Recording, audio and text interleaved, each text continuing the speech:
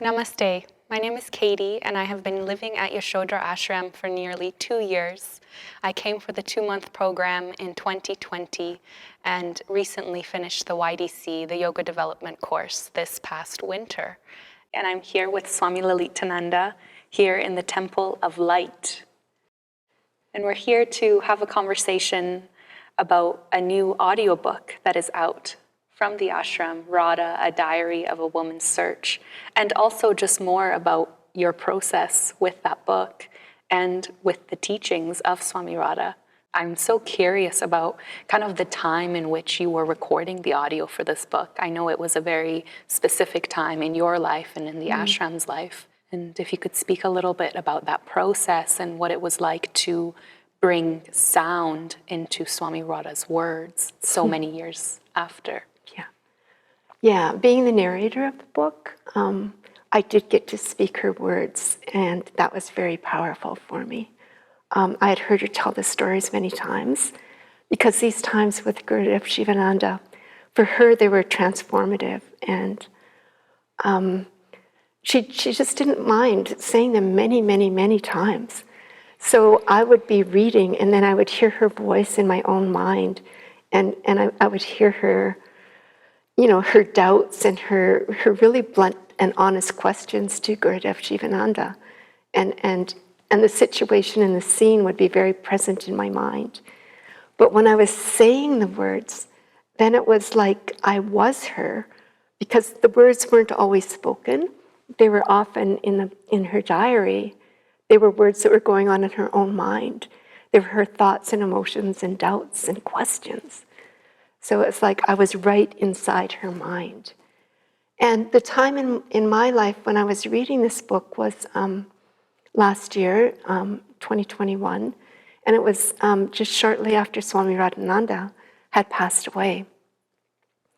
So Swami Radhananda was my sister, as well as the spiritual director of the ashram, and she had just died. And we were in the middle of the YDC, the Yoga Development course, and I was in this different frame of mind. I just needed to be by myself. And grief is an interesting thing. It kind of changes everything. And so it was a particular atmosphere of feeling close to her in a different way. And I had this project kind of on the back burner, and I decided to bring it forward. And I started practicing reading it. And what happened for me was it just opened this door to Gurudev Shivananda, to Swami Radha, and to Swami Radhananda. It was like they were all present for me. It was like they were encouraging me and saying, "This is your inheritance, and we're here for you." So it's very, very supportive, and also I had this perspective of how Shivananda taught Swami Radha, which was not a classroom setting. It was like she followed him around and observed what he was doing. She saw how he interacted with others. She questioned him. He responded, not often in the way that she wished he would respond. He was sometimes kind of tricky in his answers. But then it gave me this perspective of their relationship and what that relationship really means. Like how deeply he cared for her and how passionate she was about knowing. So it inspired me, it brought me close to her, and it brought me close to Swami Radhananda, because I realized all three of them were more in a consciousness form, not in body, and yet they were still there for me. Wow. Yeah. Yeah, what a time to be going through that and connecting with those words again. Yeah. And because I'm not a professional audio reader, I had to say the words again, again, and again. And so more and more and more, it kept going deeper. Mm-hmm. Yeah. Yeah, and you kind of already touched on this, but sort of gaining that perspective of what it was like for Swami Radha to be with her guru and her first encounters with Shivananda. I'm kind of curious if that has led you to rethink your own meetings, your own first encounters with Swami Radha, and what that was like for you. Yeah. Well, it was very different because Swami Radha was like a visionary. So she would have like these startling experience of going into space with Shivananda and seeing yogis being born, and he wasn't, I mean, it was all, she was in Montreal and he was in India. That wasn't my experience. Mine is more down to earth. I did know that there was something more, and I wanted that door to open, but I didn't know how it would open for me.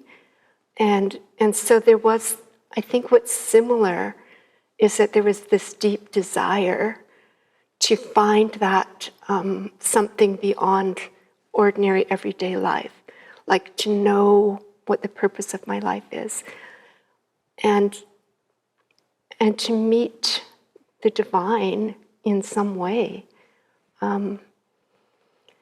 So I was drawn to question and to search, and also at the time when the door did open and I did meet her, I was heartbroken. So there was the crack in the heart where the light could come in.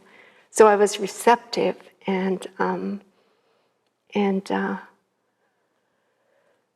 was open. And so it was that desire for knowledge, that desire to understand myself, the desire to make life meaningful that attracted me to her.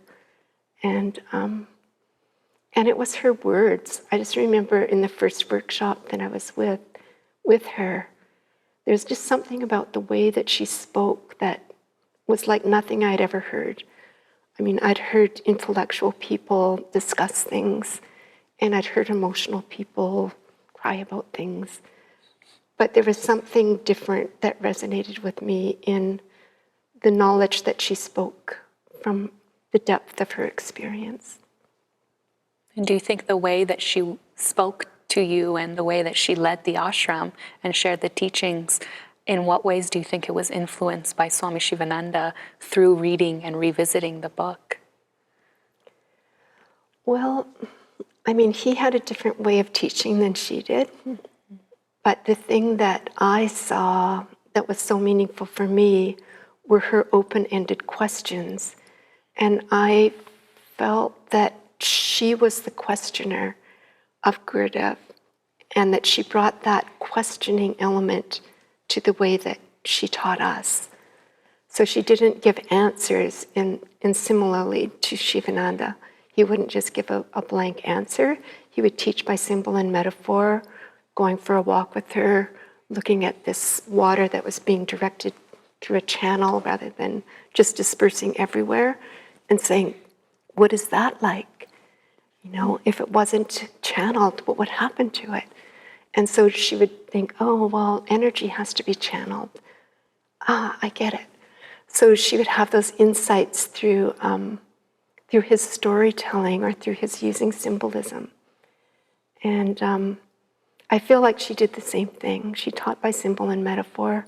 She taught by asking us to ask ourselves our own questions, and by trusting the light within ourselves, that we actually had it, and that we didn't have to be spoon-fed or get it from her. It's so amazing to hear that she would ask so many questions, and now I'm asking you all these questions. Questions are good. Yeah, questions are good. Yeah, and another question, like what was what has been one of your favorite memories with Swami Radha? Is there one particular one that's standing out for you at this point in your life? Well, I always come back to my first meeting with her in a workshop called Mind and Consciousness. And even though I was slightly broken and slightly receptive, I was also resistant and arrogant. And so when I attended the workshop, and we had to drive from Lethbridge, where I was living, to Calgary and stay at someone's house and then go to this other person's house who was sponsoring the workshop.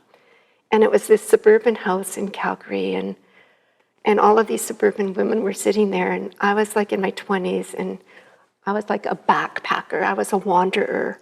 I was a non-committed person, and I'd never done anything like this before. So I was very like looking around at them, thinking like, I'm not in the right place. And then Swami Radha came in, and she started talking, and she also looked around and said, like, you women have been coming here for quite a while. Like, I hope that you're really learning and penetrating and getting the teachings. And she, through the workshop, what she did was she actually challenged all these women, and she stopped the workshop. She gave us the question, what is mind and what is consciousness? And said to go home and write a paper about it. And I was a psychology major in school, and no one had ever asked me the question, what is mind? So that night, because I felt like she really seriously wanted us to give a good answer to this question, and I was like, I couldn't sleep, so I was just up watching my mind.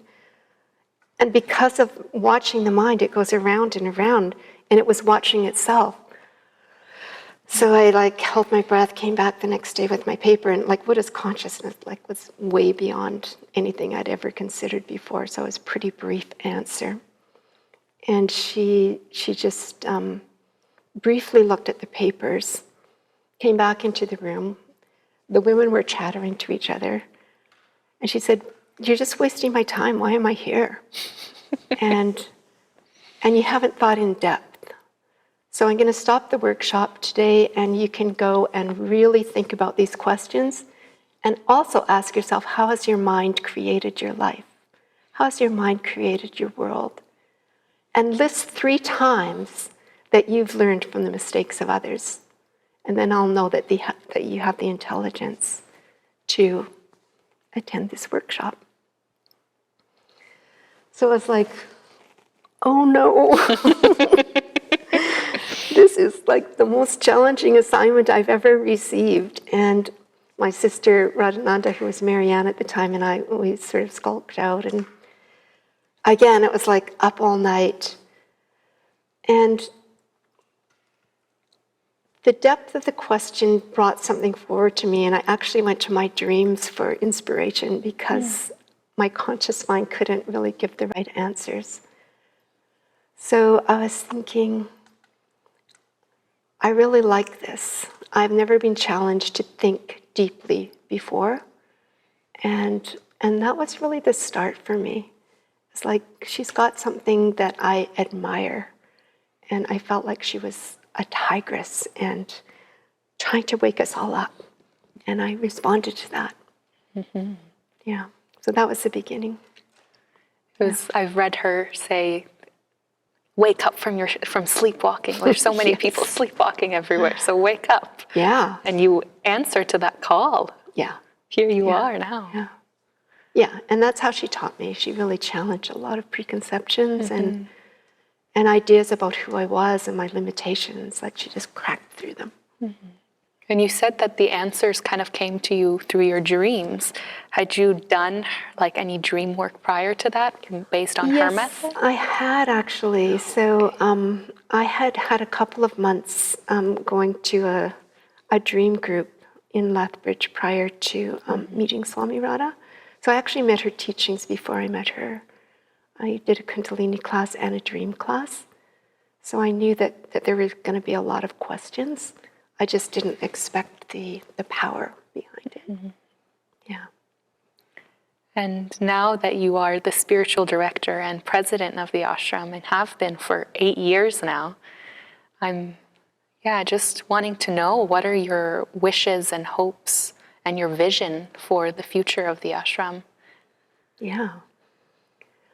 Well, my deepest hope is that people will discover these teachings and be able to access the deeper layers of their own minds and be able to ask themselves the questions.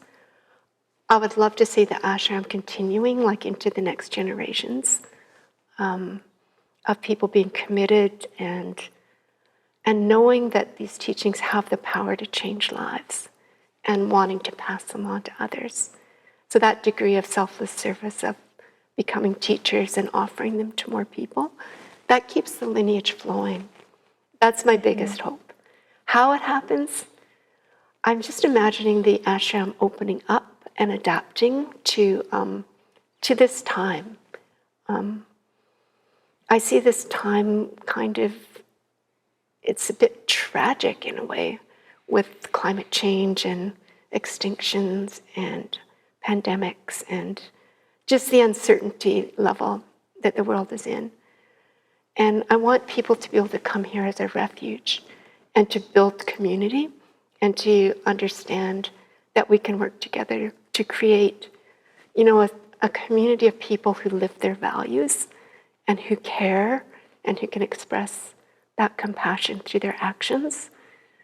So I think that I imagine a lot of brilliant people coming here and offering their knowledge and their skills in the way that will influence their circles.